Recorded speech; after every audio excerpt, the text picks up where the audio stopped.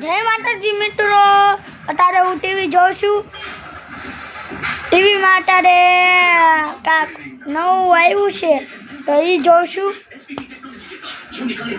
તો તમને મારું ઘર જોઈ લીધું હશે. મારી બેન લેસન કરવા બેઠી, એને શરમ આવે એટલે અહીંયા જોતી નથી. પછી જો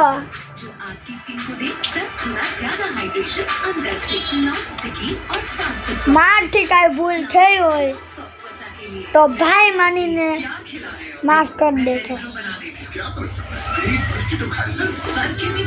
સમજ્યા? તમને દેખાડવું ને આ બધું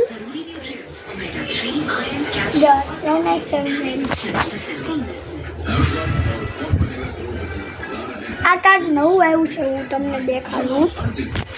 આ શું આવ્યું છે એ રાજુ, તને કાંઈ ખબર? હા, ફોટા છે, કાંઈ છે જ નહીં. તુલસી સોળા.